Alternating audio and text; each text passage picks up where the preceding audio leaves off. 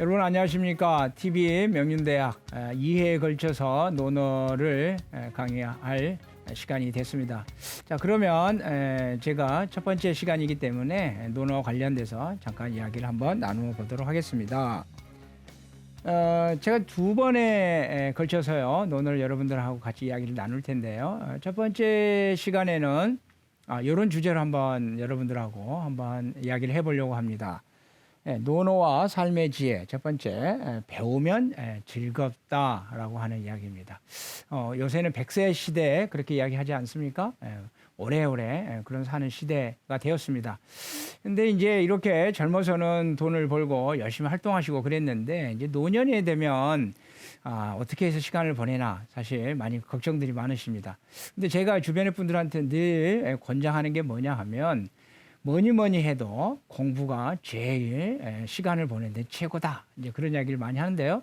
사실 그런 이야기가 어디서 나왔는가 하면 바로 이 논어에 그 이야기가 있습니다. 자, 그래서 이번 논어와 생활의 지혜 첫 번째 시간 배우면 즐겁다라고 하는 것으로 이야기를 한번 시작해 보도록 하겠습니다. 첫 시간이니까 제가 이제 논어 가지고 여러분들하고 지금 말씀을 나누려고 하잖아요. 그러면 여러분들한테 한번 질문을 드리고 싶은 거예요. 논어를 왜 읽어야 하느냐라고 하는 것입니다. 여기 지금 우리가 다 아는 거죠. 논어를 왜 읽어야 되느냐? 그야 뭐 좋은 책이니까 아니면 우리 선조들이 읽어왔던 책이니까 이렇게 말고 한번 진지하게 왜 논어를 읽어야 되느냐라고 하는 부분에 대해서 한번 생각을 한번 해 주셨으면 좋겠다라는 게 저의 첫 시작입니다. 왜 그럴까요? 왜 논어를 꼭 읽어야 될까요? 자, 보겠습니다. 이렇게 되어 있습니다. 논어라고 하는 책은요, 여러분들 잘 아시는 것처럼 공자님의 말씀과 행적을 기록한 책입니다. 공자님의 뭐요? 말씀과 행적을 기록한 책입니다. 역사적으로 내려오는 책 중에서 공자님에 대해서 가장 잘 알 수 있는 책을 한 권을 꼽아라. 그러면 뭐가 되겠습니까? 방금 제가 공자님의 말씀과 행적을 기록한 책, 바로 논어, 바로 그 책이 공자님에 대해서 가장 잘 알 수 있는 책이기 때문입니다. 자, 그러면 왜 우리가 논어를 읽어야 되느냐라고 했을 때에 논어에 공자님에 대한 가장 자세한 내용들이 나와 있기 때문이다 라고 이야기했습니다. 그러면 왜 우리가 공자님에 대해서 자세히 알아야 할까요? 뭐 그 생각을 해보신 적 있습니까? 자, 보겠습니다. 교회 다니시는 분들은 뭐죠? 교회에서 가장 중요시하는 분이 바로 예수님 아닙니까? 그러니까 두 글자로 이렇게 해요. 예수님을 닮는다. 그래서 뭐라고 그러죠? 예담. 이렇게 이야기를 합니다. 그래서 성경책에 나와 있는 예수님의 말씀과 행적들을 본받고자 그리고 오늘날의 그런 삶 속에서 구현하고자 노력하는 것이 바로 기독교인이라고 이야기할 수 있겠죠. 그러면은 절에 다니시는 분들은 어떨까요? 절에 다니시는 분들은 그러면은 누구를 하려고 할까요? 그야 얼른 생각하면 바로 부처님이시겠죠. 그래서 사실 이런 말은 없었습니다만은 제가 한번 말을 만들어 보았습니다. 부처님을 닮는다. 그래서 교회에서 예담하는 것처럼 절에서는 뭐라고 이야기할 수 있을까요? 부담, 이렇게 이야기할 수 있겠죠. 자, 그러면 이제 마지막입니다. 자, 그러면 성균관에 출입하시는 우리 선생님들은 누구를 닮아야 할까요? 누구를 닮아야 할까요? 자, 당연히 예상하시겠죠? 바로 이렇게 되겠죠. 공담입니다. 그래서 여러분들 꼭 기억하셔야 됩니다. 성균관에 출입하시는 선생님들은 공담, 이렇게 공자님을 닮는다. 그래서 공담. 공담을 하려면 어떻게 해야 되느냐? 공자님에 대해서 알면 되는 거예요. 그 공자님에 대해서 아는 게 바로 뭐냐? 논어를 읽는 것입니다. 그래서 논어를 학습하시고 또 논어를 가까이 하시면서 논어와 늘 그렇게 늘 생활에 늘 동반자처럼 같이 하는 것이 굉장히 중요하고 또 그러는 가운데에 그 글 안에 쓰여 있는 공자님의 삶의 모습과 또 말씀 또 우리가 어떤 일을 처리하는 그러한 부분들을 오늘의 나의 삶 안에서 그대로 실천해 보려고 한다고 할 때에 바로 뭐가 되겠습니까? 공담이 되는 것이고 오늘날 이야기하는 소위 말하는 인격자로서 아주 멋진 인생이 되겠죠. 자, 그러면 이제 구체적으로 논어와 관련되어 있는 이야기를 조금 해보도록 하겠습니다. 자, 여러분, 논어 많이들 이렇게 한번 접해 보셨을 거예요. 그래서 이제 논어가 총 몇 편으로 구성되어 있죠? 20편으로 구성되어 있습니다. 자, 그러면 제가 1편, 2편, 3편, 4편, 5편까지 먼저 이야기를 했어요. 근데 공자님의 행적과 말씀과 행적을 기록한 이 논어가 오늘날에 무슨 단행본처럼 어떤 목적을 가지고서 한 사람에 의해서 쓰여진 책이 아니기 때문에 어떠한 각 편의 순서라든지 각 편에 구성되어 있는 내용이 아주 치밀하게 상하로 아니면 혹시 종행으로 서로 연결되어 있다라고 하기는 좀 어렵긴 합니다만, 그럼에도 불구하고 어떠한 이 편의 순서들을 이렇게 보시면 뭔가 이 논어에서 주는 어떤 중요한 이야기들을 우리가 알 수 있지 않을까라는 게 저의 생각입니다. 자, 그러면 1편, 2편, 3편, 4편, 5편 이렇게 남았는데요. 자, 5편은 뭐죠? 공야장이라고 이렇게 나오죠. 자, 그러면 한번 질문 한번 던져 보겠습니다. 공자님의 사위가 누구죠? 공자님 사위가 누구입니까? 바로 공야장입니다. 공야는요, 성이고요. 이름이 장이에요. 공야장.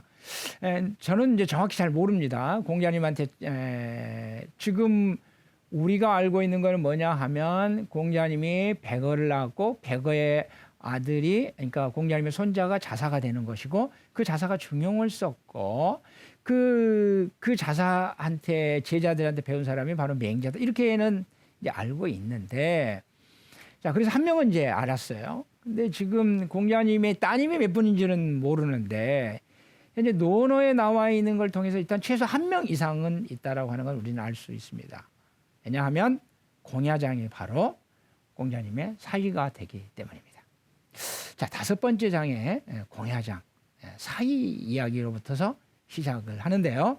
이것도 저는 나름대로 의미심장하다 이렇게 됩니다. 자, 그러면 첫 번째 뭐가 나오죠? 첫 번째는 이렇게 학이편이라고 하는 학이, 배우고 수시로 익히니 기쁘지 아니한가 라고 하는 말이 나오죠. 학이, 첫 번째 학이편입니다. 그래서 학이편 그렇게 이야기하죠. 그럼 두 번째는 뭐죠? 이렇게 나오죠. 네, 뭡니까? 위정편이라고 그러죠. 정치를 하는 것에 관련돼서 이야기가 나옵니다. 세 번째는 뭐죠? 8일편이죠. 네, 8일편. 8일편이 뭡니까? 그 종묘에서 제사를 지낼 때에 그 악단의 종횡의 악단의 숫자죠. 그러니까 설이 두 가지가 있긴 합니다만 현재 통설적으로는 가로 세로 88에 64, 이게 이제 천자가 추는 것이고 천자, 제우, 대부 뭐 이렇게 이렇게 해서 그 악단의 인원수가 점점점 줄어들게 되어 있죠. 근데 이제 노나라의 그 당시에 실세였던 계시가 천자가 춤을 추는 64명을 가지고서 춤을 춘 그 사건을 비판한 게 바로 8일이죠. 뭐와 관련되어 있는 이야기죠? 예와 관련되어 있는 이야기라고 하는 걸 알 수 있습니다. 그 다음에 뭐가 나오죠? 그 다음에 바로 이인, 인한 마을이 아름다운, 이렇게 나오는 이야기, 이인편이 나오죠. 그리고 나서 5번째 공야장이 나옵니다. 첫 번째 뭐죠? 학이, 학이편, 두 번째 위정편, 세 번째 8일편, 네 번째 이인편. 이인편은 뭐죠? 어떤 마을의 그 동네 분위기가 인한 습속이 있는데 그래서 거기를 그런 동네를 써내서 그 동네에 산다라는 것이죠. 그러므로 인해서 자신이 뭐죠? 그러한 인한 사람으로 되어간다라고 하는 것이고, 5번째는 뭡니까? 공야장입니다.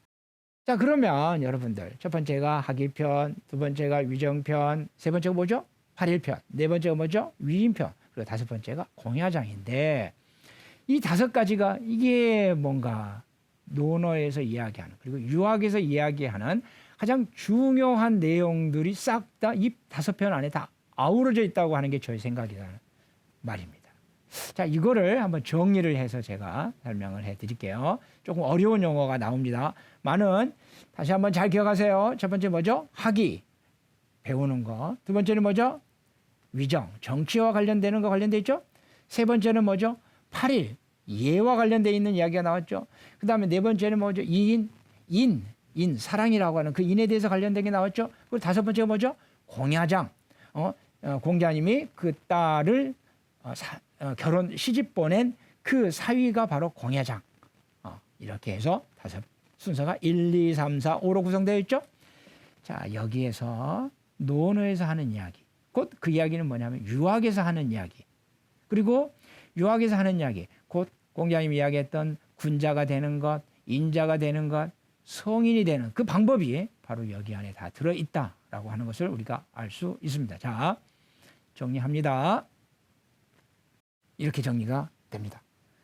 수기, 안, 인, 임절 이것부터 이야기를 하겠습니다. 수기, 안인. 여러분들은 수기, 치, 인은 많이 들어보셨을 거예요. 사실 조선시대에도 그리고 지금도 역시 수기, 치인이라고 하는 용어를 쓰고 있으니까요. 근데요, 지금 현재는 치인이라고 하는 용어보다는 안인이라고 하는 용어를 더 많이 씁니다. 왜냐하면 두 가지 이유가 있는데요. 첫 번째는 뭐냐면 수기, 안인, 수기, 안백성이라고 하는 이러한 대구적인 표현이 논어에 직접 나오기 때문입니다. 수기, 치인이라고 하는 대구적인 표현은 논에 나오지 않아요. 그게 첫 번째고. 두 번째는 뭐냐면 사실은 더 근본적인 이유가 있어요. 치인이라고 하면 어떤 사람이 어떤 사람을 다스리다 이런 식이 되니까 마치 어떤 사람이 위에서 밑에 있는 사람을 다스리다 이런 식으로 이해될 수가 있거든요. 그래서 전통사회든지 계급사회에서는 이런 게 너무 자연스러웠지만 오늘날의 민주주의 사회에서는 이게 조금 듣기가 곤란하고 거북하다는 말이죠. 그래서 안인이라고 이야기를 많이 합니다. 자, 내용은 수기와 치인하고 완전히 똑같습니다. 자, 그러면 이거를 논어에 나오는 순서대로 한번 연결을 시켜보면 논어에서 나온 게 뭐죠? 학, 이 편이 나왔죠? 배운다라는 것이죠. 그 배우는 게 바로 뭡니까? 자기 자신을 수양하는 것이죠. 그 다음에 두 번째, 안인이라고 하는 게 뭐죠? 남을 편안하게 한다라는 거죠. 요즘 쓰는 말로 선한 영향력을 미치는 거죠. 그것이 어떠한 주변의 사람들, 그리고 지역 사회, 그리고 국가에, 그리고 전 세계에 영향을 미쳐가는 것이죠. 그거를 논어 2편에 뭐라고 되어 있죠?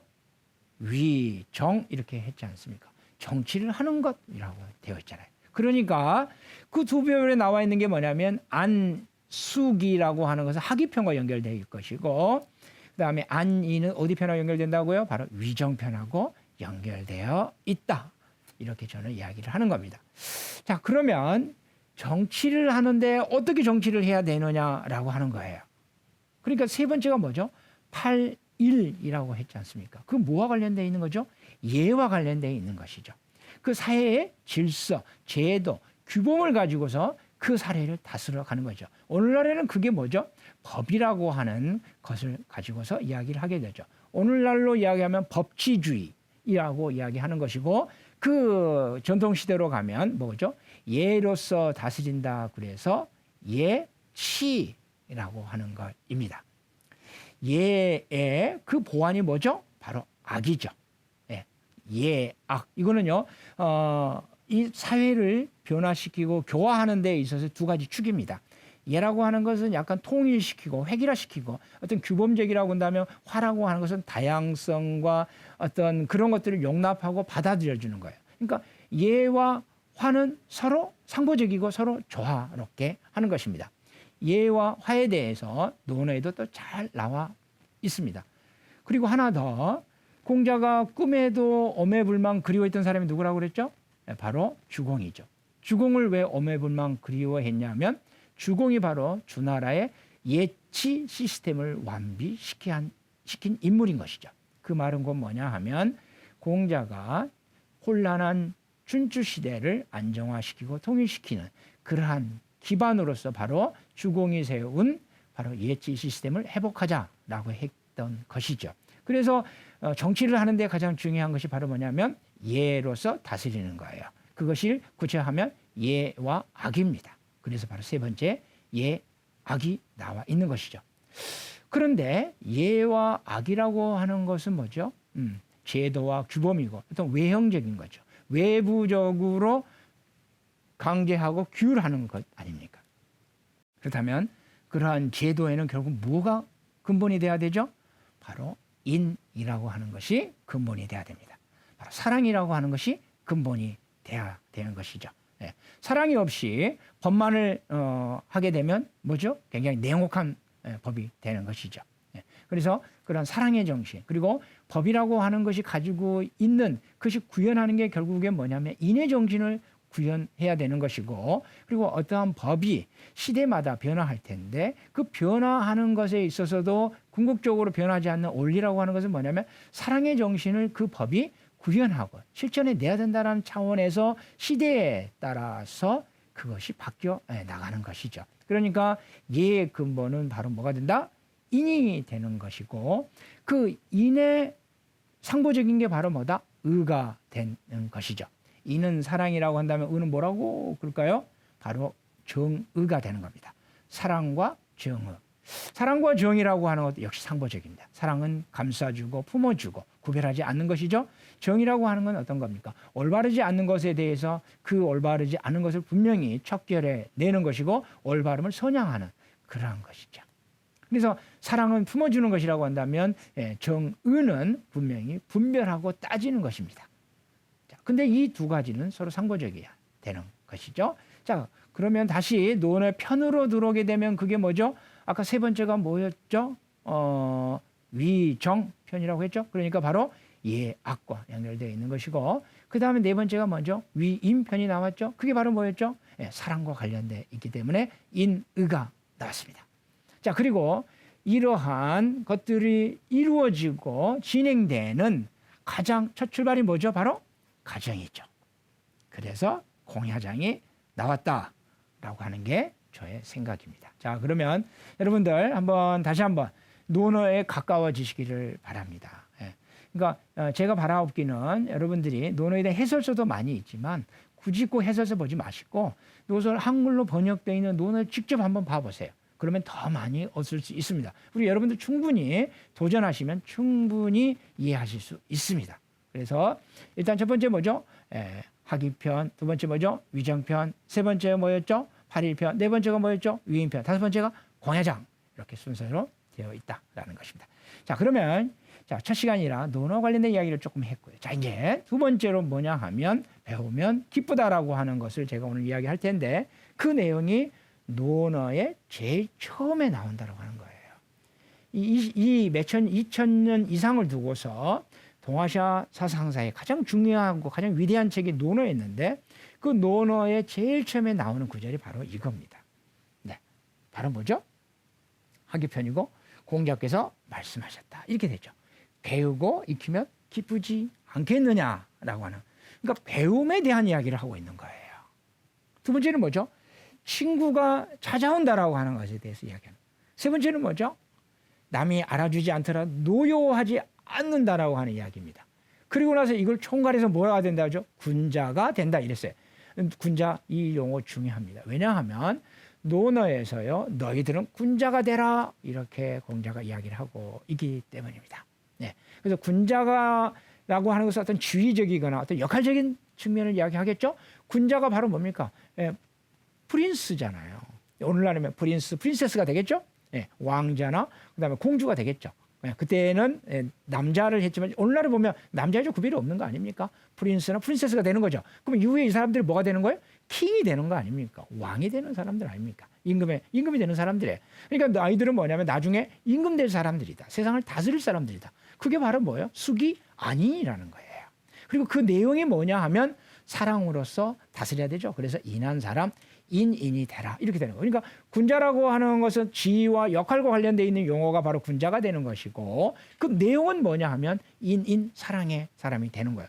그러면 결국에 이걸 정리를 해보면 군자가 된다고 하는 것은 가장 논어의 가장 중요한 핵심이잖아요. 근데 이 군자가 되는 게 바로 뭐냐 이야기했잖아요. 첫 번째 뭐라고요? 배워라. 그럼 기쁘다. 두 번째 뭐야? 친구가 찾아오면 기쁘다. 그리고 세 번째 뭐냐? 남이 알아주지 않더라도 노예하지 않는다. 이 세 가지를 갖추면 뭐가 된다? 나중에 킹이 된다 이거예요, 여러분들. 킹이 된다 이겁니다. 임금이 된다. 자, 이런 겁니다. 자, 그러면 이 세 가지가 어떻게 해서 공자님이 말씀하셨던 그런 중요한 내용을 담고 있는지 들어가 보도록 하겠습니다. 그러면서요, 제가 또 이거를 생각을 했는데 이 논어 제일 첫 번째 제일 먼저 나오는 이게요. 아까 제가 처음에 이야기했잖아요. 논어의 첫 번째 이야기했던 뭐였죠? 학위편, 위정편, 그 다음에 8일편, 그 다음에 뭐였죠? 이인편. 이 네 가지 구도가 또 거기 안에 또 이 반영되어 있다라고 하는 게 저의 또 생각입니다. 자, 그러면 이제부터 하나 한번 훑어가 보도록 하겠습니다. 자, 첫 번째 했죠. 첫 번째, 공자께서 말씀하셨다. 뭐냐? 배우고 수시로 익히면 기쁘지 않겠느냐. 네. 그러니까 이 말은 뭐예요? 배우면 기쁘다. 이런 겁니다. 너무 단순해요. 근데 이 단순한 말이 이 위대한 척에 제일 처음에 나왔다는 하는 것을 절대 무시하시면 안 됩니다. 공자의 사상과 공자의 학문과 공자의 도는요, 우리의 일반적이고 일상적인 바로 거기 안에 있습니다. 그 안에 있어요. 그것들을 하찮다, 너무 일상적이다, 너무 평범하다, 뭔가 신비로운 걸 찾아야지, 무엇인가 심오한 걸 찾아야지, 이렇게 되면은 이거는 공자 사상을 모르시는 거예요. 공자 사상은 뭐냐 하면 바로 지금 이 자리에서 오늘 내가 만나는 이 순간에 바로 도가 있다라고 하는 겁니다. 자, 보겠습니다. 그런데 공자님이 첫 번째 이야기하신 그게 뭐냐 하면은 바로 여기서 이야기를 하잖아요. 바로 뭡니까? 배워라라고 하는 것이죠. 근데 왜 배우는 게 그렇게 중요하냐라고 하는 거예요. 배우면 기쁘다. 당연히 기쁘죠. 배운다라고 하는 건 그건 뭐죠? 배우면 무엇이든지 할 수 있는 거죠. 내가 왜 배웁니까? 무엇인가 하기 위해서 배우잖아요. 근데 내가 배웠는데 뭔가 할 수 없다 그러면 배울 이유가 없잖아요. 나는 이걸 배워서 뭔가를 변화시킬 수 있고 발전할 수 있고 새로워질 수 있다라고 하는 그 믿음이 없으면 어떻게 배울 겁니까? 공자님은 그걸 전제한 거예요. 배워. 왜? 배우면 너는 바뀔 수 있고 변화할 수 있고 성장할 수 있고 놀라운 사람이 될 수 있는 거야. 군자가 될 수 있는 거야. 그 이야기를 하는 거예요. 바로 그 이야기입니다. 그러니 날마다 새로워지고 날마다 성장하고 날마다 발전하는데 뭐가 기분이 나쁠 게 뭐가 있습니까? 오늘 꿀꿀해요. 배워. 그래서 내일은 더 멋진 내가 되는 거예요. 그러니 기쁘지 않겠습니까? 그러니 내일이 기대되지 않겠습니까? 그러니 죽을 때까지 영원히 달려가는 거 아니겠습니까? 자, 두 번째는 뭐죠? 두 번째 뭐예요? 친구가 찾아오는 거예요. 내가 공부를 했는데 내가 공부하는 것에 대해서 동료가 생기는 거예요. 나의 영향력이 다른 사람에게 미쳐가는 겁니다. 혼자 하는 게 아니에요. 혼자 사는 게 아니에요. 세상 혼자 사는 게 아닙니다. 남하고 같이 사는 거예요. 그 남이 나의 뜻을 따라주고 그 뜻이 뭐예요? 좋은 뜻이에요. 숭고한 뜻입니다. 사회를 변화시키는 뜻이에요. 같이 손을 잡고서 우리 사회를 변화시켜 나가는 겁니다. 그러니 무엇이 얼마나 기쁘지 않겠습니까? 그리고 뭉치면 무엇인가 큰 힘을 이뤄낼 수 있는 것이죠. 바로 여기까지 하게 되면 뭐죠? 수기하고 뭐가 되는 거예요? 안인이 되잖아요. 수기하고 안인이 되는 거 아닙니까? 이게 조금 어려운 용어로 하면 뭐죠? 내성외왕이라고 하는 용어가 되는 겁니다. 자, 그러면 세 번째로 넘어가죠. 세 번째는 뭐죠? 남이 알아주지 않더라도 화내지 않는다. 자, 배웠어요. 그다음 두 번째는 먼저 친구가 찾아왔어요. 벌써 내가 배워서 새로운 인격으로 성장했죠. 그리고 그러한 것들을 통해서 우리 사회 같은 동료를 만들었죠. 자, 그랬는데 뭐예요? 남이 알아주지 않아요. 남이 알아주지 않아요. 그래도 노여워하지 않아요. 자, 그러면 우리는 노여워하잖아요. 우리는 화가 나잖아요. 인생을 살다 보면. 근데 어떻게 했을 때 노여워하지 않죠? 그거는요, 남이 나를 알아주는 데에 나의 가치를 두지 않을 때에 남이 알아주지 않더라도 내가 노여워하지 않는 것이죠. 남이 알아줘야지만 그것에 대해서 나의 가치가 실현되거나 만족스러울 때에 남이 알아주지 않으면 내가 그만큼 노력했음에도 불구하고 알아주지 않았다. 그러면 당연히 뭐예요? 실망과 좌절과 불쾌와 분노가 일어나는 것이죠. 그렇죠? 그렇지 않습니까? 그런데요, 논에서 이야기를 했잖아요. 내가 나되는 이유, 나의 가치를 어디에 둡니까? 밖에 있지 않아요. 내 안에 있습니다. 내 안에 있습니다. 네, 내 안에 있어요. 그게 바로 뭐죠? 성선설입니다. 인간의 본성은 선하다고 하는 거예요. 그리고 맹자가 뭐랬죠? 인간의 본성은 선하다. 그것이 바로 인간의 본성을 만드는데 그 나의 본성이에요. 그게 바로 나의 가치예요. 그 나의 가치가 뭐냐면 인, 의, 예, 지. 이 네 가지라는 거예요. 근데 남이 알아주지 않는다? 자, 한번 예를 한번 들어볼까요? 승진이 안 됐어요. 남이 알아주지 않는 거죠. 인, 의, 예, 지 안에 승진이 들어가 있습니까? 없습니까? 없어요. 예, 없어요. 그 다음에 내가 돈을 못 벌었어요. 네, 그것도 역시 남이 나를 알아주지 않는 거예요. 근데 인, 의, 예, 지 안에 나의 그게 갖춰진 게 있습니까? 없어요. 내가 돈을 못 벌었어요. 근데 사랑을 베풀었어요. 정의롭게 했어요. 그러면 그건 뭐냐면 나의 가치를 실현한 거예요. 내가 높은 자리에 못 올라갔고 내가 돈을 못 벌었더라도 나의 가치를 실현한 겁니다. 그러니 내 삶은 기쁘고 즐겁고 그리고 그러한 삶을 사는 사람이 누구다? 군자가 된다라고 하는 것을 이야기해 주고 있는 거예요. 자, 마지막 자, 여러분들 자, 생활에 한번 적용해 보시기 바랍니다. 성경관에 출입하시고 유학에 관심이 있는데 나는 한문 깨나 조금 해 이러면 이거 유학 헛구러 아시는 거예요. 한문해서 유학이 오늘날 몇천 년을 내려왔던 게 아닙니다.